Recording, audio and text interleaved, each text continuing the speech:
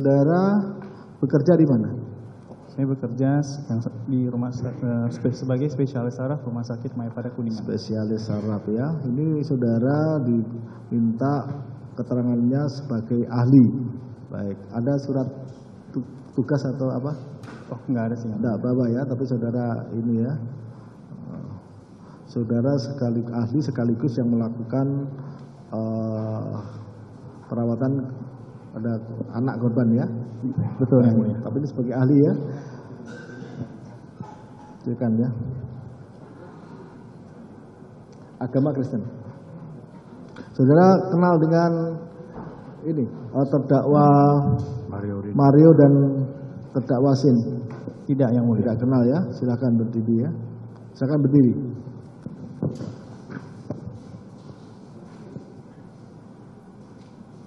Saya berjanji sebagai ahli dalam perkara ini akan memberikan pendapat tentang soal-soal yang dikemukakan sesuai dengan saya dan dengan saya dengan sebaik-baik. Tuhan menolong. Silakan duduk. Ini saudara sebagai dokter spesialis di Rumah Sakit Mayapada Kuningan. Betul.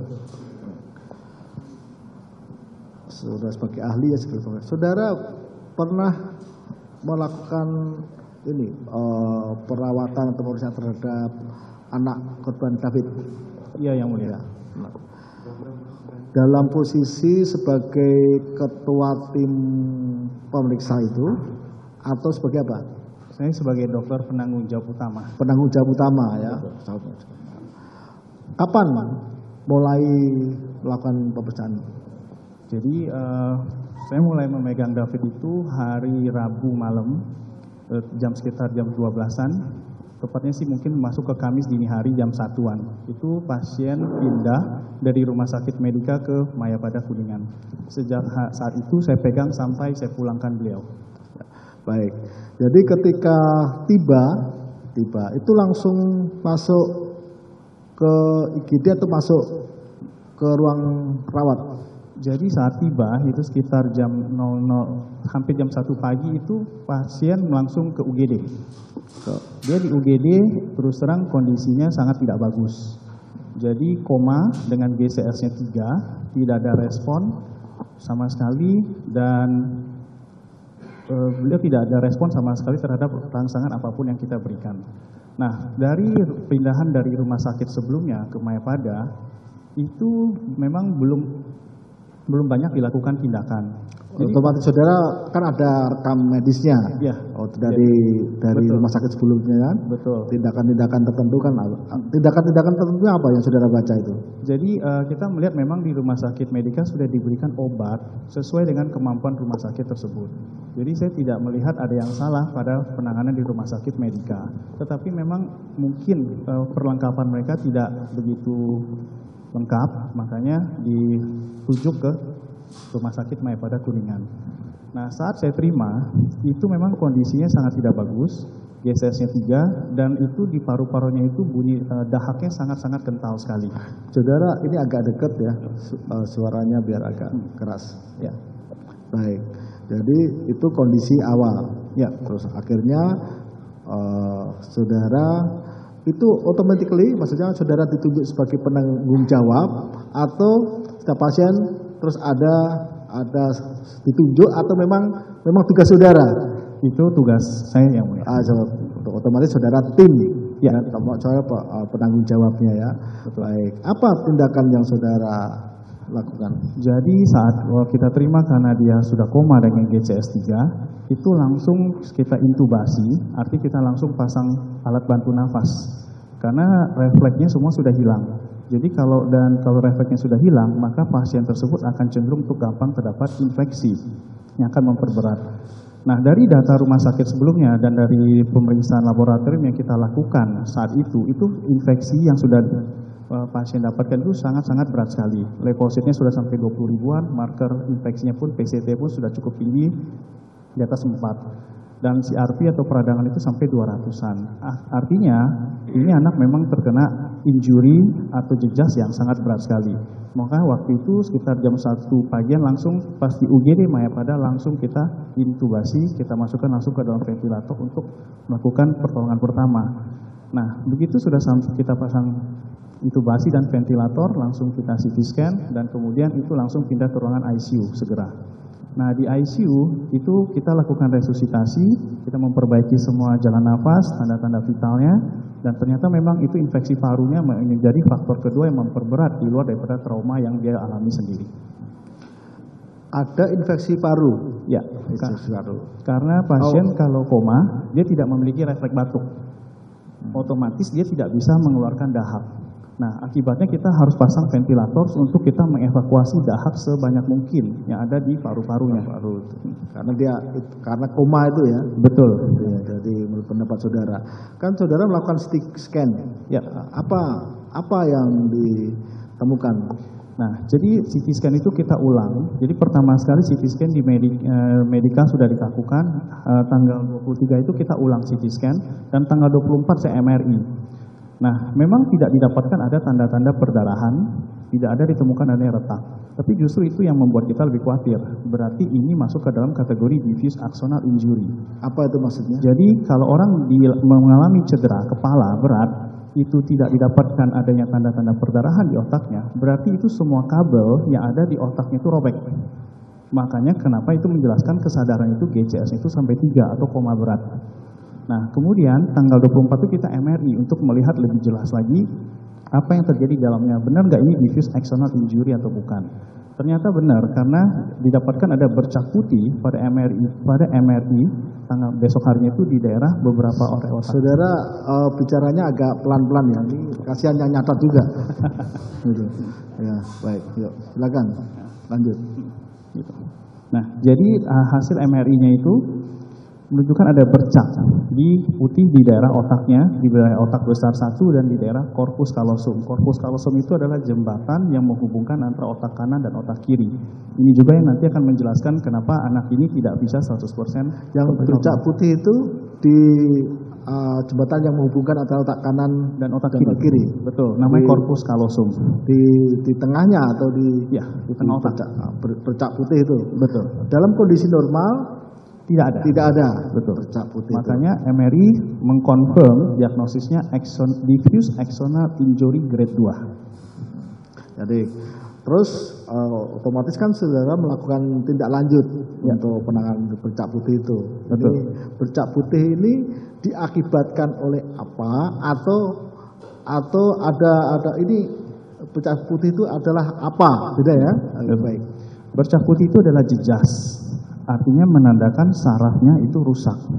Nah, jadi karena pada kasus diffuse axonal injury begini, kita terapinya lebih banyak memberikan suportif. Artinya kita menjaga jalan nafasnya jangan sampai ada yang sumbat, fungsi jantungnya juga harus dijaga dengan sangat baik sekali, dan sembari kita menjaga supaya tekanan di dalam otaknya tidak tinggi, dan juga nutrisi dan cairan di dalam tubuh pasien juga harus cukup. Bisa tidak diukur? Itu ya kan saudara tadi mengatakan bahwa bercak putih itu menandakan pada saraf itu rusak. Nah, ada enggak parameter misalkan, saraf saya sekian persen? Oh, tidak ada yang tidak bisa. Baik. Terus saudara itu kesimpulan saraf ini rusak. Betul. Rusak. Rusaknya ini menurut pendapat saudara itu bisa diperbaiki, dirawat kembali, bisa kembali, atau rusak ini tidak bisa pulih gitu. Masing-masing pasien berbeda-beda yang mulia. Tapi ibaratnya kita mengalami luka, pasti ada bekas luka. Nah, bekas lukanya ini ya tiap orang berbeda-beda pemulihannya. Ada yang bisa sembuh hampir sempurna, tetapi ada yang menetap. Nah, kalau pada kasus ini kita MRI ulang setelah beberapa minggu, itu bercaknya masih ada. Bercak itu masih ada? Bercaknya masih ada, tetapi ukurannya relatif berkurang. Jadi bekas luka yang ditimbulkan di daerah otak tersebut sepertinya akan tetap permanen di daerah sana. Itu bekas luka? Ya. Oke. Kan begini, maksudnya demikian. bekas luka bisa permanen tapi sembuh, ada kan gitu. Nah, ini bekas luka permanen tetapi tetap luka. Betul. Apa yang saudara bisa sampaikan? Jadi gini, otak itu kan ibaratnya itu sama kayak gardu PLN, yaitu penuh dengan listrik. Ya. Nah, ibaratnya gardu PLN pernah meledak. Nah, pasti ada bekas kebakaran tersebut. Otomatis gardu tersebut tidak bisa berfungsi 100% kembali seperti semula. Nah, ketika ada luka di daerah sana dan terjadi bekas luka, maka koneksi antara otak kanan dan otak kiri itu tidak akan seperti orang normal. Selanjutnya, ketika ini kita bercak putih itu dulu ya. Ketika anak ini dirawat berapa lama? Kurang lebih itu hampir 40 hari ya. 40 hari. Ketika keluar terakhir kan mungkin kan juga ada evaluasi, mungkin di scan lagi bercaknya putih. Ketika meninggalkan 40 hari keluar itu kondisi yang bercak putih itu, yang saraf yang rusak itu seperti apa? Mengecil yang mulia. Mengecil, tapi tetap masih ada. Tetap masih ada. Masih ada. Apakah itu juga, ini kan si anak kan ada di luar nih. Apakah masih juga dipantau tertentu, maksudnya untuk bagaimana kondisinya si bercak putih yang saraf yang rusak itu masih tetap dievaluasi? Masih yang mulia. Masih jadi, dalam kontrolnya kita. Terakhir itu bulan lalu pas kontrol bulanan. Kondisinya seperti apa? Kondisi beliau memang satu, jalannya masih belum seimbang. Jadi pada beberapa meter itu tampak oleng ke sisi sebelah kiri, satu. Yang kedua, fungsi kognisinya belum kembali seperti semula. Yang ketiga itu ada sedikit gejala eksplosif yang muncul. Apa itu? Jadi misalnya seperti contoh beliau bicara sama saya gangguin sedikit. Yuk makan yuk, diam kau. Nah, kenapa? Karena itu gejala kognisi yang muncul akibat kerusakan yang ada dari jembatan otak tersebut. Jadi gejala koneksi terus dia bagaimana bersosialisasi, bagaimana dia bisa mengerti emosi, bahasa dari seseorang, itu sepertinya belum kembali seperti semula. Jadi itu antara fungsi, karena ada saraf yang rusak sehingga fungsi itu akhirnya terganggu. Betul. Terganggu itu ya. Jadi itu diakibatkan dari ada saraf yang rusak itu. Baik. Betul yang mulia. Di samping itu, saudara juga ada temukan yang lain berkaitan dengan ini luka dalam kepala itu. Sebenarnya sih kita menemukan memang utamanya itu memang trauma kepalanya atau diffuse axonal injury-nya. Tapi memang itu ada merembet kepada yang lain, seperti ada infeksi paru akibat daripada trauma tersebut. Nah, berikutnya itu juga memang gangguan berbicara. Nah, dan berikutnya itu infeksi yang dialami itu terus terang selama 30 hari pertama perawatan itu sangat sulit sekali untuk dikontrol. Itu kurang lebih itu demam itu sampai beberapa kali sewaktu perawatan, dan itu antibiotik yang diberikan pun juga pada demam kedua itu semuanya resisten. Hanya ada satu yang masih mempan dan untungnya survive. Tadi saudara mengatakan bahwa ada keseimbangan terganggu. Betul. Keseimbangan terganggu. Itu berarti kan ada saraf-saraf yang untuk berfungsi untuk berkaitan dengan keseimbangan juga terganggu. Betul yang mulia. Itu pusatnya itu tadi di antaranya karena penghubungnya itu. Betul. Memang pada diffuse axonal injury itu memang yang terlihat dari MRI itu memang hanya di corpus callosum atau di jembatan tadi yang menghubungkan otak kanan dan otak kiri. Tetapi diffuse axonal injury itu tidak semata-mata hanya yang terlihat dari MRI yang menimbulkan gejala. Diffuse axonal injury itu semua sarung saraf yang ada di otak bagian dalam atau white matter namanya itu mengalami robekan akibat proses adanya trauma yang berat. Ini kadang-kadang tidak bisa terlihat dari MRI. Nah, memang dia hanya bisa dilihat dari hasil patologi, tapi itu biasa kita lakukan pada kasus orang sudah pass away.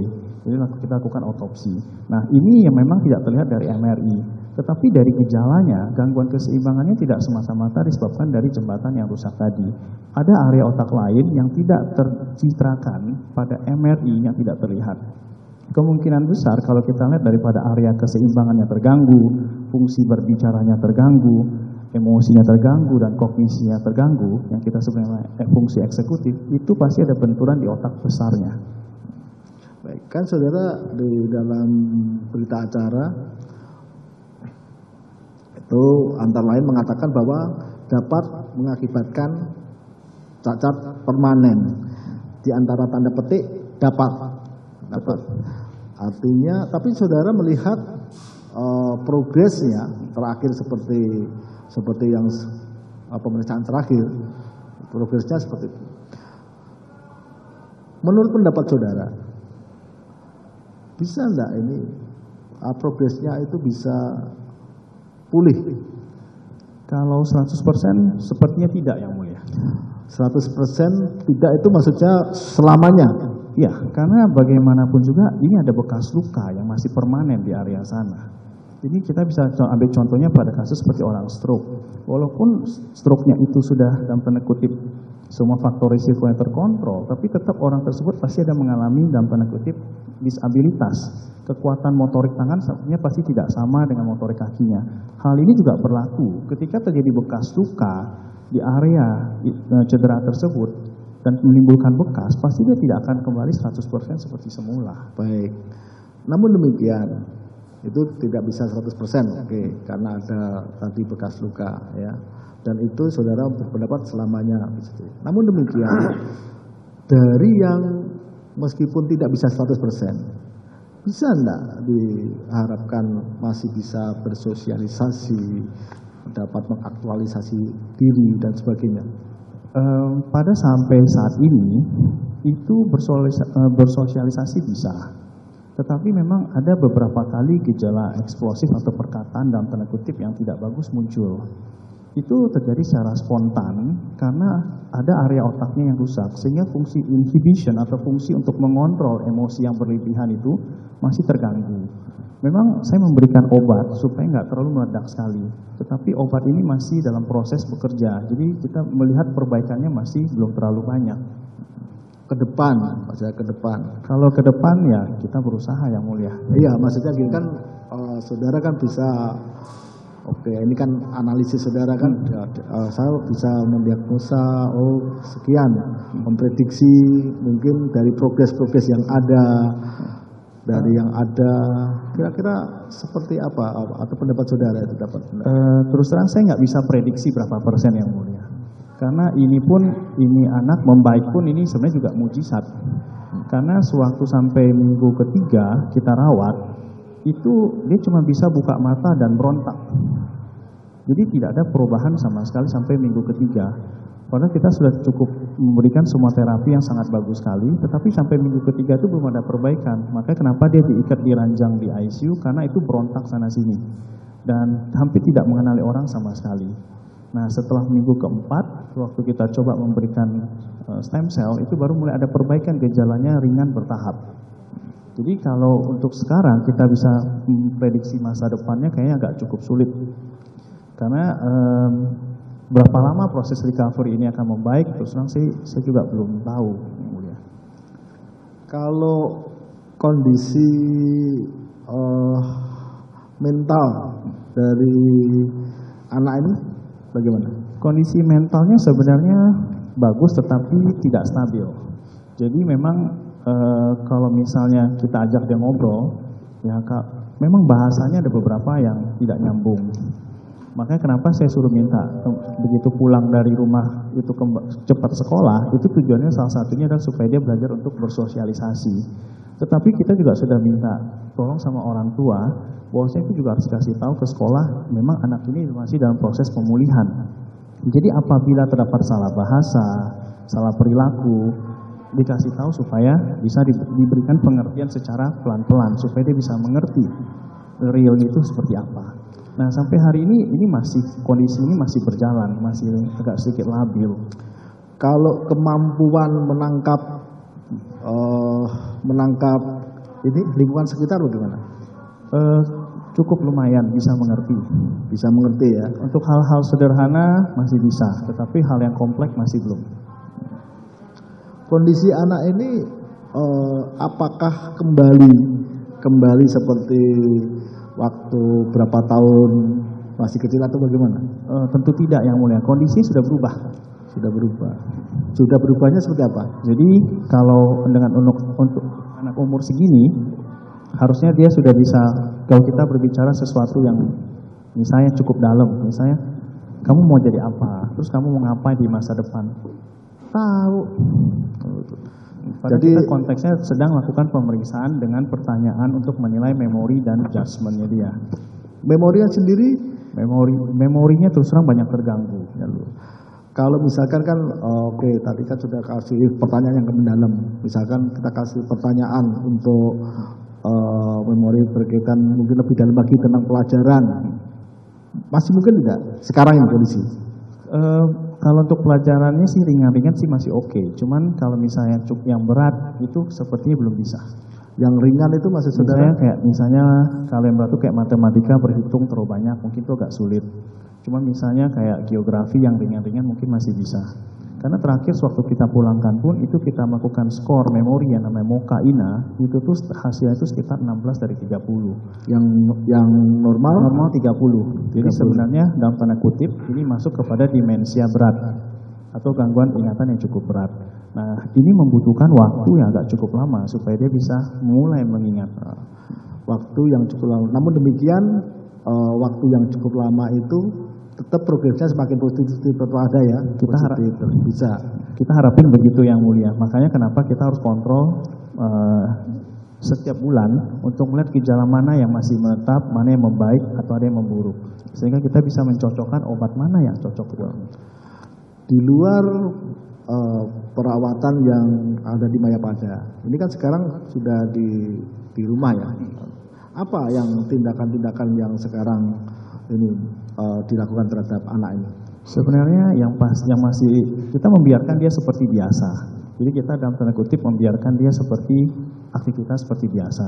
Cuman memang ini di bawah pengawasan 100%. Yang kedua, memang sampai hari ini kita masih melakukan terapi fisik untuk keseimbangan, untuk motorik halus, dan juga untuk dia punya masalah psikologisnya. Kalau memarnya sendiri sudah pulih. Memar kan ada ini kan mengalami bengkak dan terdapat bercak memar. Kalau bengkaknya ini, kalau memar yang di kulit cuma baik yang mulia. sudah yang pada otak mengalami bengkak. Ada bengkak otaknya membaik, tetapi Membaik, ya. bekas traumanya masih ada. Yang bercak memar ini, Betul. maksud saudara yang tadi ada pil putih itu. Betul yang mulia.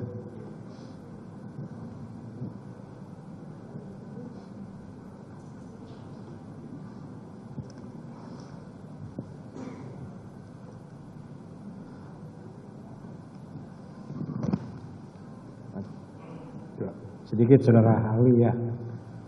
Untuk perawatan David ini berapa lama di rumah sakit Mayapadanya?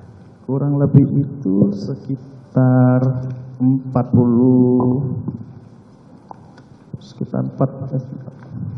saya lupa persisnya, kurang lebih itu sekitar.